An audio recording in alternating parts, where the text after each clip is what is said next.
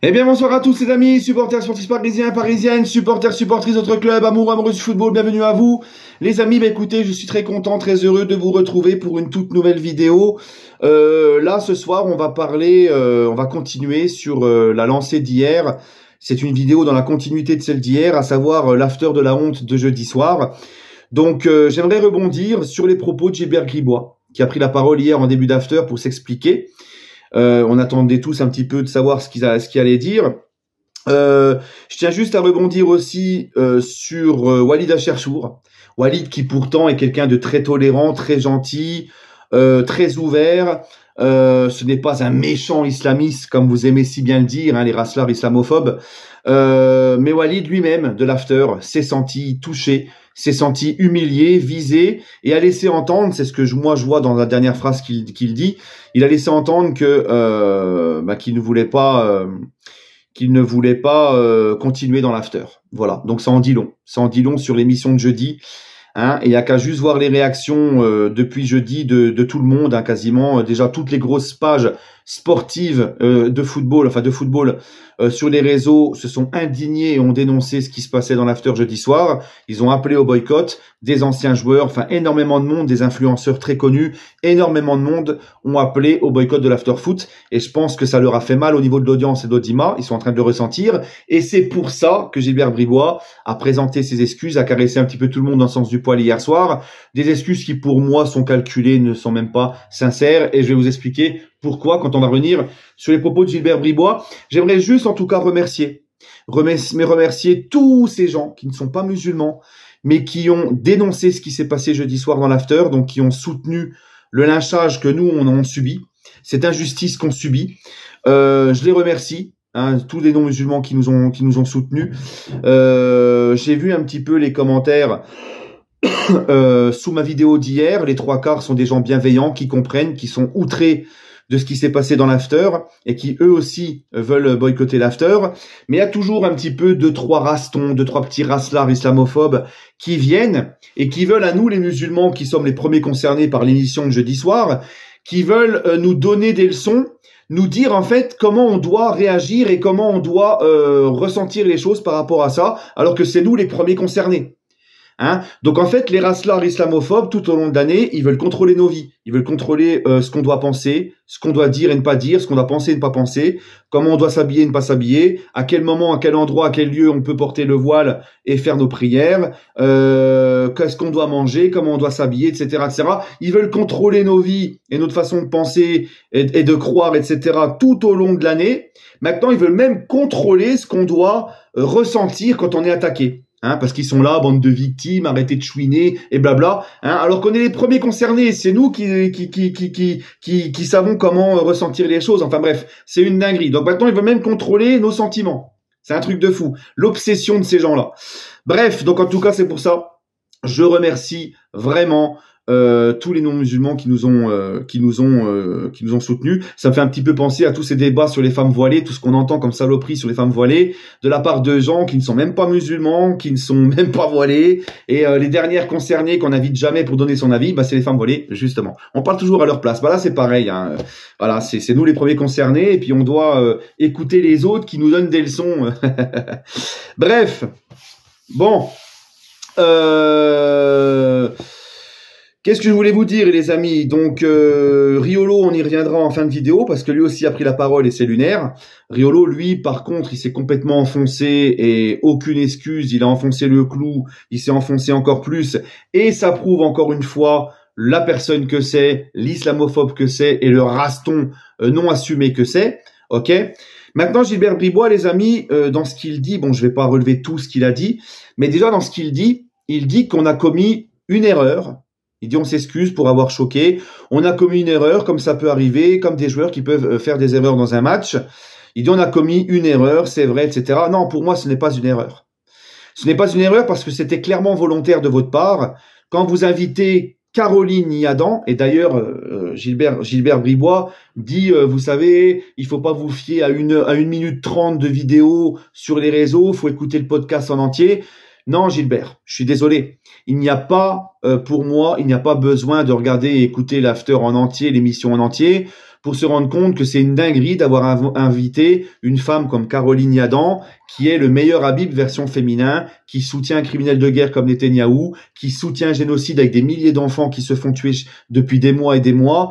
Vous qui prenez des valeurs d'humanisme, de morale, d'éthique, etc., vous savez très bien qui est cette personne-là. C'est une personne qui, au-delà de ça, est une énorme islamophobe. Il n'y a qu'à juste voir ses tweets tous les jours, ses prises de position.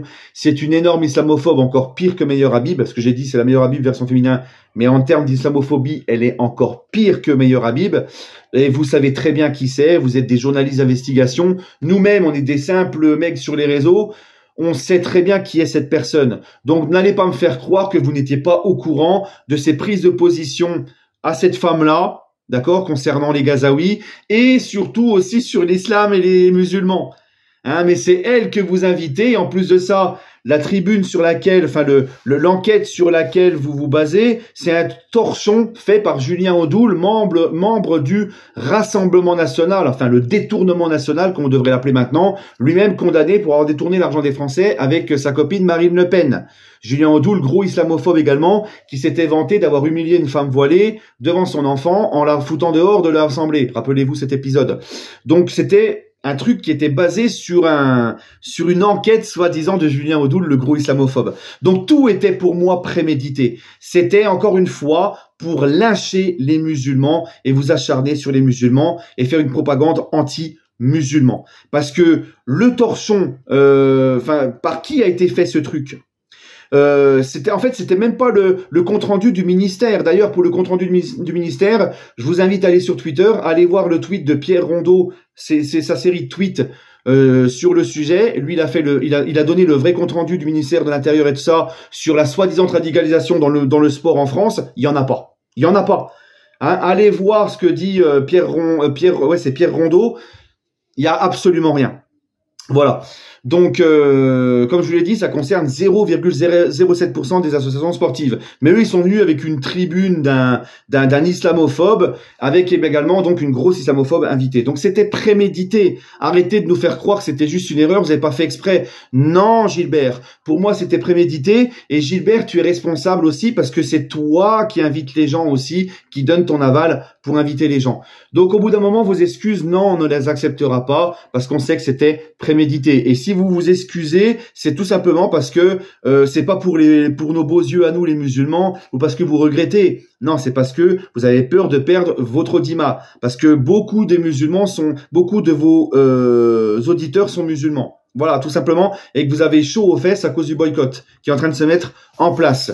Voilà. Donc quand Gilbert Bribois, donc il dit que c'est qu'une erreur, tout ça, écoutez, c'est du blabla, tout ça. Et en plus, Gilbert Bribois ose nous parler que l'After veut toujours faire des émissions dans la tolérance. Mais quelle tolérance, Gilbert, tu me parles, quand quasiment tout le temps, il y a Daniel Riolo sur le plateau.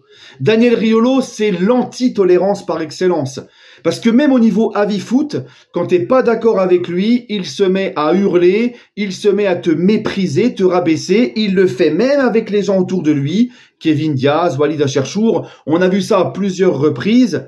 Hein, il est comme Hanouna avec ses chroniqueurs sur TPMP, c'est quelqu'un qui te méprise et qui est même limite insultant, offensant quand tu n'es pas d'accord avec lui. Il se met à hurler, il coupe la parole, il n'y a aucune tolérance avec cet homme-là. S'il y a bien une personne qui n'est pas tolérante, c'est monsieur Daniel Riolo et qui passe son temps, et c'est pour ça aussi Gilbert qu'il faut arrêter de nous prendre pour des cons, tu sais très bien que ça fait très longtemps que Riolo a un problème avec l'islam et les joueurs musulmans. J'en ai parlé hier dans ma vidéo, on va pas refaire le truc, mais c'est quelqu'un on a grillé depuis très longtemps. Et le fait que son nom apparaît dans la tribune qu'ils ont mis dans l'after, celle de Julien Audoul et tout, on a vu sur Twitter, hein, le papier officiel, Daniel Riolo a participé à cette tribune, a participé à ce truc. Hein? Et après, il faisait genre, il découvre le machin. Non, vous voyez à quel point il est fourbe, ce mec. Parce que jeudi, il faisait le mec qui découvrait le truc, alors qu'il a bossé pour le truc. Donc, il a œuvré avec des gens d'extrême droite pour chier sur les musulmans. C'est un truc de fou. Donc maintenant, Riolo, tu ne peux plus te cacher. Assume ton islamophobie, assume ton racisme. Tout simplement. Il faut aller au bout maintenant. Assume. Fais comme les Julien Audoul, fais comme les Zemmour, fais comme les Jean Messia, fais comme les Damien Rieu. Assume au moins d'être un racelard islamophobe. Tu vois, arrête de tourner autour du pot. Et l'attitude justement de Riolo hier dans l'after, d'ailleurs l'after s'est empressé de couper la séquence, mais on l'a vu en direct, l'attitude de Riolo, qui lui prend la parole, mais contrairement à Gilbert, ne s'excuse pas, et il enfonce encore plus le clou.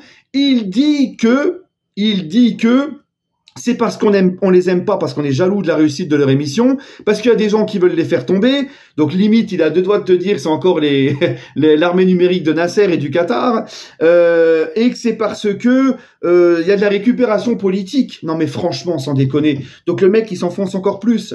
Le mec ne reconnaît aucun tort. Le mec, il assume. Non mais c'est une dinguerie quoi. C'est une dinguerie, hein.